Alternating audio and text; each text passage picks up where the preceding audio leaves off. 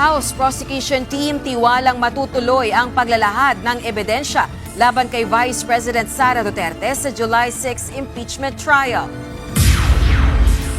Unang araw ng impeachment trial, kritikal ayon sa isang law expert.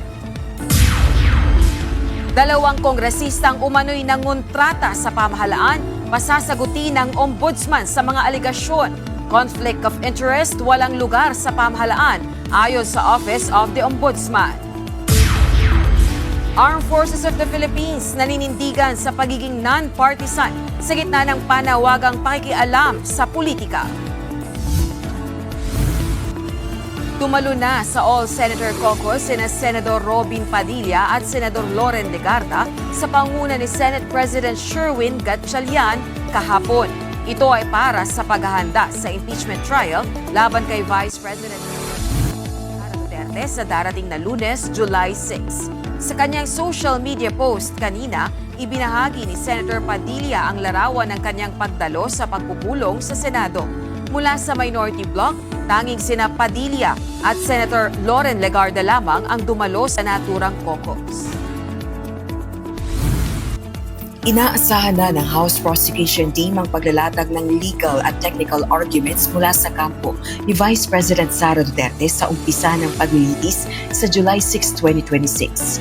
Ayon kay Attorney Benjamin Tolosa Jr., House Prosecution Team legal spokesperson at isa ring private prosecutor, consistent ito sa naging estratehiya ng depensa mula pa noong impeachment proceedings sa House of Representatives. Gayunpaman, binigyang diin ng prosekusyon na handa silang tutulan ng anumang mosyon para i-dismiss ang kaso. Paliwanag ng abogado sa ilalim ng konstitusyon, obligasyon ng Senado na dinggin ang mga ebidensya, ituloy ang paglilitis at maglabas ng hatol, acquittal man o conviction. Magiging mainit ang simula ng impeachment trial ni Vice President Sara Duterte sa darating na Lunes, kung saan maghaharap ang prosecution team mula sa Kamara at ang buong pangkat ng defense. Ayon kay Dean Tranquil Salvador III, ang unang araw ay magiging kritikal dahil dito ilalatag ang mga opening statement na magsisilbing gabay sa kung paano tatakbo ang kaso ng bawat panig. Binigyang diin ni Salvador na mahalaga ang gagamiting lengguwahe sa paglilitis.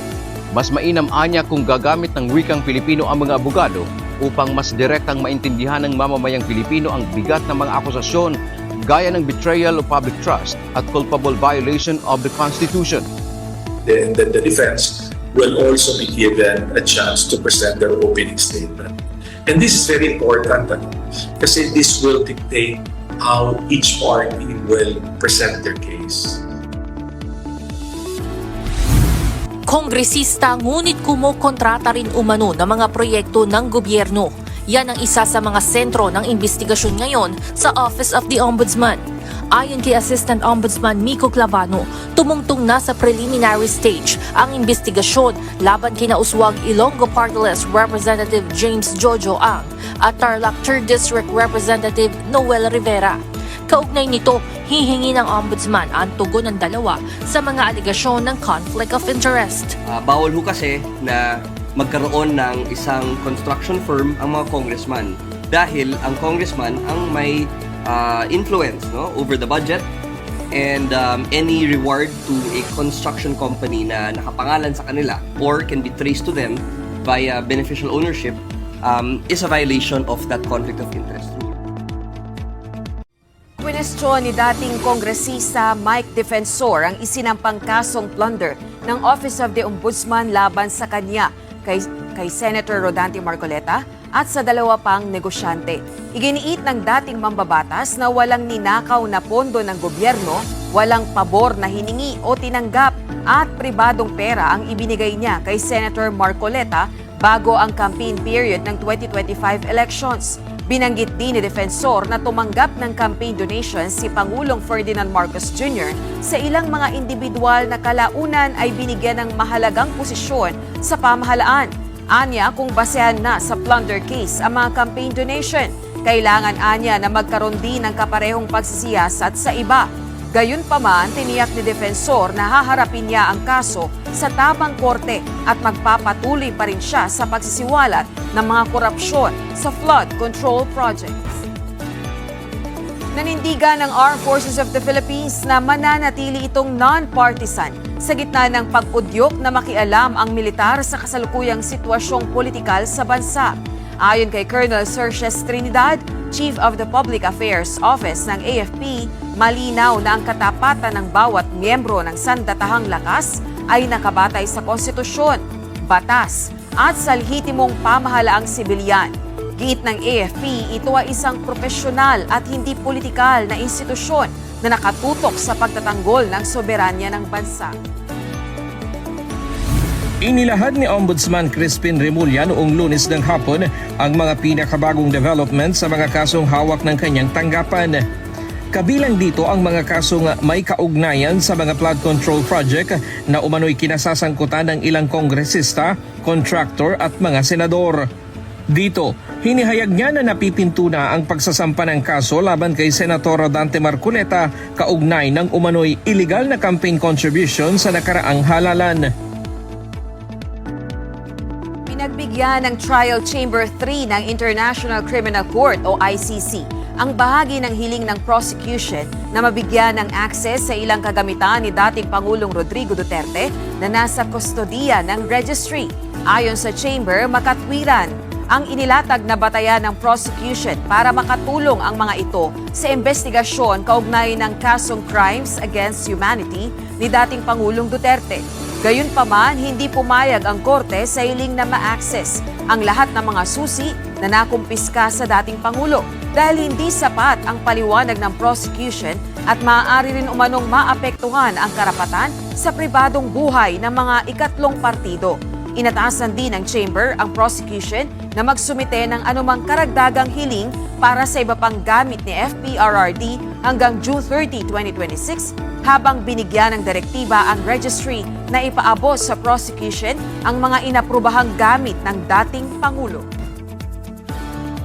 Inaasahan ng Bangko Sentral ng Pilipinas na mas marami pang mga bangko ang mag-aalis ng interbank transfer fees sa kanilang digital transactions simula ngayong Sabado, July 4, 2026. Sa ilalim ng BSP Circular 1238, tanging ang saktong processing cost o switch cost na 1 peso and 50 centavos lamang ang dapat maging interbank at intrabank fees.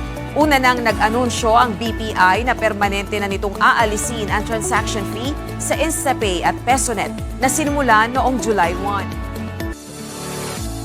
Binalaan ng World Meteorological Organization o WMO ang mga bansa na maghanda sa posibleng matinding epekto ng pagbabago ng panahon.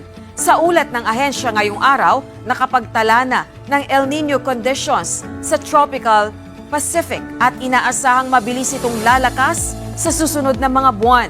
Ang El Nino ay isang natural na climate phenomenon na nagdudulot ng pag-init ng surface temperatures sa Central at Eastern Equatorial Pacific Ocean. Nagbabago rin ito o nababago rin ito ang mga pattern ng hangin, presyon at pag-ulan sa iba't ibang panig ng mundo. Karaniwang nangyayari ito kada 2 hanggang 7 taon at tumatagal ng 9 hanggang 12 buwan. Batay sa Global Seasonal Climate Update ng WMO, inaasahan ng rapid development sa mas malakas na El Nino event sa pagitan ng Hulyo at Setyembre. Ayon sa Geneva-based agency, consistent ang mga forecast mula sa iba't ibang Global Climate Center na nagpapakita ng significant warming sa karagatan ng Central at Eastern Pacific. Dahil dito tumataas ang posibilidad ng matitinding weather events sa maraming bahagi ng mundo. An earthquake swarm may or may not lead to stronger earthquake. Halos 400 lindol na ang naitatala ng Philippine Institute of Volcanology and Seismology o PBOC sa Manila Trench sa karagatang sakop ng Bulinaw, Pangasinan sa loob lamang ng mahigit sa 1 buwan. Pero ayon sa ahensya, karamihan ay hindi naman naramdaman dahil mahihina ang mga ito. Sa south o katimugang bahagi ng Sarangani at mga karatig lugar matatagpuan ang Cotabato Trench, isang malaking earthquake generator na nakapagdulot na ng malakas na lindol at tsunami sa nakaraan. Ayon kay DOST Secretary Renato Solidum Jr., ang pag-angat ng lupa sa ilalim ng dagat ang nagtutulak sa tubig paitaas at nagbumunga ng malalakas na alon na maaaring tumama sa mga baybayin sa loob lamang ng ilang minuto. Tubig sa unahan ay atras kasi napakat ng tubig kung saan nandun yung earthquake epicenter, umatras and then bumalik. Yun na yung naging tsunami. Ipinaliwanag din na nakasalalay ang lakas ng lindol sa haba at lawak ng pagbitak ng mga bato sa ilalim ng lupa.